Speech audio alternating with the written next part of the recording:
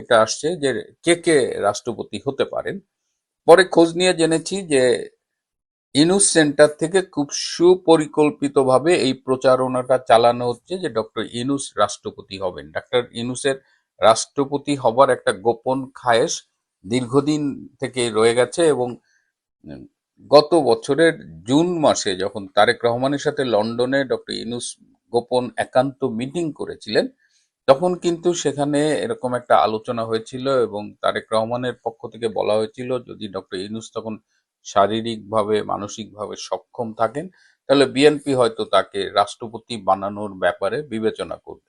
কিন্তু আজকের বাস্তবতায় যখন বিএনপি 2/3 আসনে জয়লাভ করে ফেলেছে, তখন বিএনপি আর রাষ্ট্রপতি বানানোর জন্য ডক্টর ইউনূসের কথা ভাবছে না, বরং বিএনপির নিজস্ব ক্যান্ডিডেট আছে। বিএনপির তারেক রহমানও বলেছে যে আমাদের কি লোকের অভাব পড়েছে, এবং এই রাষ্ট্রপতি হবার দৌড়ে এগিয়ে আছেন মির্জা ফখরুল আলমগীর, তারপরে ডক্টর খন্দকার মোশাররফ হোসেন, আমির খসরু, ডক্টর মঈন খান।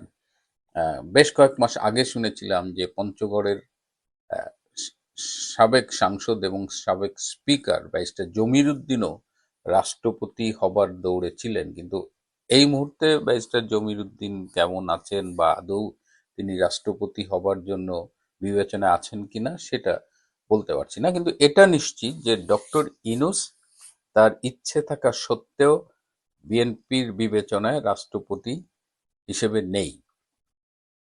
এখন ডক্টর ইনুস তো চলে যাবেন পরশুদিন শপথ গ্রহণ, মানে 17ই ফেব্রুয়ারি মঙ্গলবার সকাল 10টায় এমপিরা শপথ গ্রহণ করবেন, বিকেল 4টায় মন্ত্রিপরিষদ শপথ গ্রহণ করবেন। তো তারপরে তো ডক্টর ইউনূস আর প্রধান উপদেষ্টা থাকছেন না, তিনি কি করবেন? তিনি কি বাংলাদেশেই থাকবেন, বিদেশে দেশে যাওয়া আসার মধ্যে থাকবেন, নাকি তিনি বিদেশের কোনো আরেকটি দেশে সেটেল করার কথা ভাবছেন? তার পছন্দের দেশ ছিল ফ্রান্স। তিনি বেশ কয়েকবারই ফ্রান্সে থাকার আকাঙ্ক্ষা ব্যক্ত করেছেন খুব সম্প্রতি, কিন্তু ফ্রান্স সরকার তাকে থাকার ব্যাপারে রাজি হয়নি। সুতরাং তিনি এখন ইন্দোনেশিয়ার কথা ভাবছেন যে তিনি হয়তো ইন্দোনেশিয়ায় থাকবেন। জাপানের কথাও অনেকে বলছে। আর এগুলো একদম কিছু না হলে ইস্ট তিমুরে তার থাকার ইচ্ছে। সুতরাং রাষ্ট্রপতি তো দূরের কথা, তিনি দেশে থাকতে পারবেন কিনা এটা নিয়েই কথা হচ্ছে। আবার আজকে একটা খুব নির্ভরযোগ্য সূত্রে জানলাম যে খুব হয়তো কাল পরশুর মধ্যেই কোনো এক ব্যক্তি ডক্টর ইউনূসের বিরুদ্ধে দুর্নীতির মামলা করবেন। তিনি আহ, আদালতের কাছে এই মামলাটা করবেন। এখন আদালত এটা গ্রহণ করবে কিনা বা এটা দিয়ে নতুন করে কোনো জল ঘোলা হয় কিনা সেটা আমাদের একটা দেখার বিষয়। এটা যখন ডক্টর ইনুসের ঘটনা, তখন উপদেষ্টাদের মধ্যে একটা চলে যাবার বিদায়ের সুর বেজে উঠেছে। তাদের চোখে মুখের দিকে আজকাল তাকানো যায় না, কেমন যেন একটা আতঙ্কের ভাব। আবার সাবেক যে উপদেষ্টা আসিফ মাহমুদ, তার দুর্নীতি নিয়ে সামাজিক যোগাযোগ মাধ্যমে জোরে সোরে কথা উঠেছে। 11,000 কোটি টাকার নাকি তিনি দুর্নীতি করে কামিয়েছেন এবং সেই টাকা বিদেশে পাঠিয়েছেন এবং নিজে তিনি দুবাই যাবার জন্য চেষ্টা করছেন। তো এইসব কথাবার্তার মধ্যে এই তারেক রহমানের প্রধানমন্ত্রী হিসেবে সংসদ গ্রহণে বিদেশ থেকে কোন কোন সরকার প্রধানরা আসবেন এটা নিয়েও কিন্তু অনেক আলোচনা হচ্ছে। আমরা শুনলাম যে ভারতের প্রধানমন্ত্রী নরেন্দ্র মোদী নাকি বাংলাদেশে আসবেন, এবং সেই সাথে পাকিস্তানের প্রধানমন্ত্রী শেহবাজ শরীফও তারেক রহমানের শপথ গ্রহণ অনুষ্ঠানে উপস্থিত থাকবেন। এটা আমরা শুনেছিলাম, কিন্তু by this time it has been clear যে মোদী সরকারি কাজে ব্যস্ত থাকবে, তিনি আসবেন না বা আসার কথা ভাবেননি। ভারতের পররাষ্ট্রমন্ত্রী ডক্টর জয়শঙ্কর, তিনি এই সময়ে মিউনিক থাকবেন একটা সিকিউরিটি কনফারেন্সে যোগ দেওয়ার জন্য। সুতরাং তিনিও আসছেন না। ভারত থেকে আসছেন লোকসভার স্পিকার মিস্টার ওম বিড়লা। পাকিস্তান থেকে শেহবাজ শরীফ আসছেন না। পাকিস্তান থেকে আসছেন তাদের পররাষ্ট্রমন্ত্রী ও deputy prime minister Ishaq Dar, যিনি ইতিমধ্যে বাংলাদেশে অনেকবার এসেছেন। এবং আজকে জানা গেল যে বাংলাদেশের পররাষ্ট্র মন্ত্রণালয় থেকে সার্ক দেশভুক্ত যেসব পররাষ্ট্রমন্ত্রী আছেন তাদের কাছে এই শপথ অনুষ্ঠানে উপস্থিত থাকবার জন্য, যোগ দেবার জন্য আহ্বান জানানো হয়েছে। সুতরাং যে গতকাল যে গুজবটা ছড়ানো হয়েছিল যে একদম নরেন্দ্র মোদী আসবেন, শেহবাজ শরীফ আসবেন, সেটা আসলে হচ্ছে না। একটা কথা আমি নিজেও বলেছি যে তারেক রহমান যে বাংলাদেশে ফিরেছেন এই গত 25শে ডিসেম্বর, এবং এই যে নির্বাচনে তার নেতৃত্বে বিএনপি নিরঙ্কুশ সংখ্যাগরিষ্ঠতা লাভ করেছেন, এই সব কিছুর সাথেই নাকি শোনা যায় যে এর পেছনে ভারতের একটা ব্লেসিংস কাজ করছে। তিনি ফিরেছেন ভারতের সাথে আলোচনা করে, নির্বাচনেও ভারত তাকে অনেক সহায়তা করেছে বলে লোকমুখে শোনা যায়। কিন্তু বিএনপির রাজনৈতিক ধারা যদি আমরা বিবেচনা করি, তাহলে বিএনপি তো সারা জীবন ভারত বিরোধী রাজনীতি করেছে, বিএনপি তো প্রো পাকিস্তান রাজনীতি করেছে, বিএনপি এই দেশে জামাতি ইসলাম, রাজাকার এদের পুনর্বাসিত করেছে। সুতরাং এই জায়গাটায় হিসাবটা কেমন যেন গোলমেলে মনে হচ্ছে।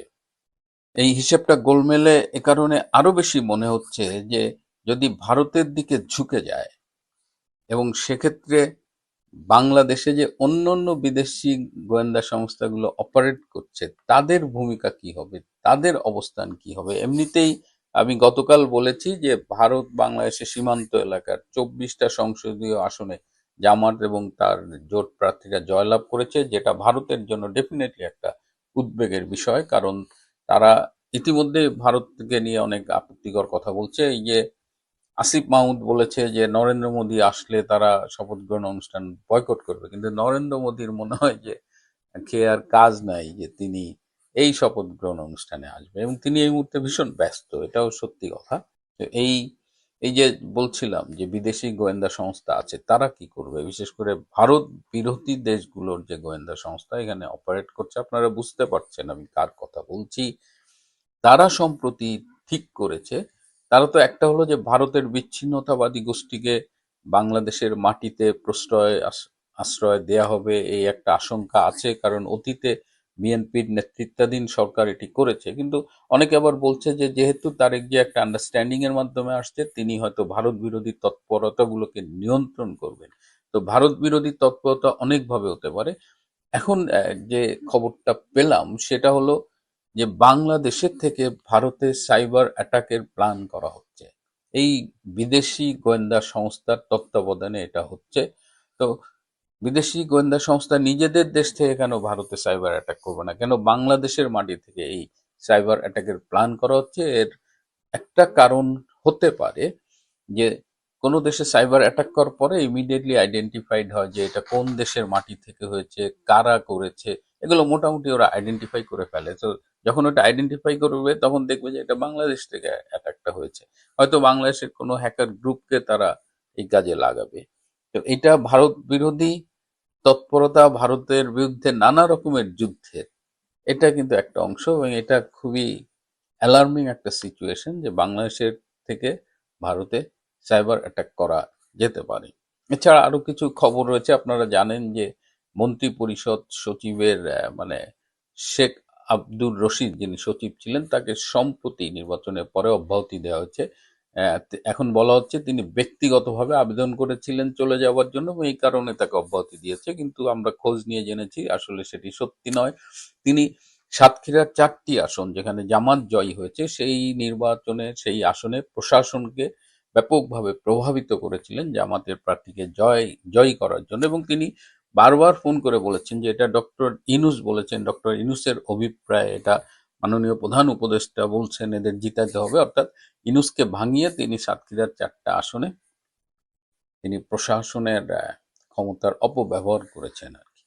তো এটি জানার পরে ডক্টর ইউনূস বলেছেন না, তিনি এ ধরনের কোনো কথা বলেননি, এবং তারই পরিণতি স্বরূপ শেখ আব্দুর রশিদকে মন্ত্রী পরিষদ সচিব থেকে অব্যাহতি দেওয়া হচ্ছে, এবং তিনি ছিলেন জামাতি, এবং তারপরে তার পরিবর্তে বর্তমানে যাকে মন্ত্রী পরিষদ সচিব করা হয়েছে তিনিও জামাতি রাজনৈতিক ধারার অনুসারী।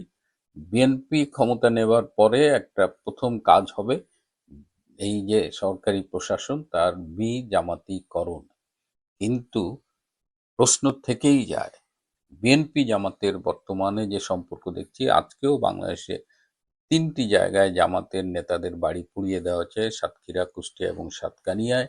বিভিন্ন জায়গায় এনসিপির নেতাকর্মীদের পিটানো হচ্ছে, এবং শিবিরকেও মোটামুটি পেটানো হচ্ছে। ঢাকা বিশ্ববিদ্যালয়ে গোলাম আজমের ছবি টানিয়ে সেখানে জুতা মারা হচ্ছে।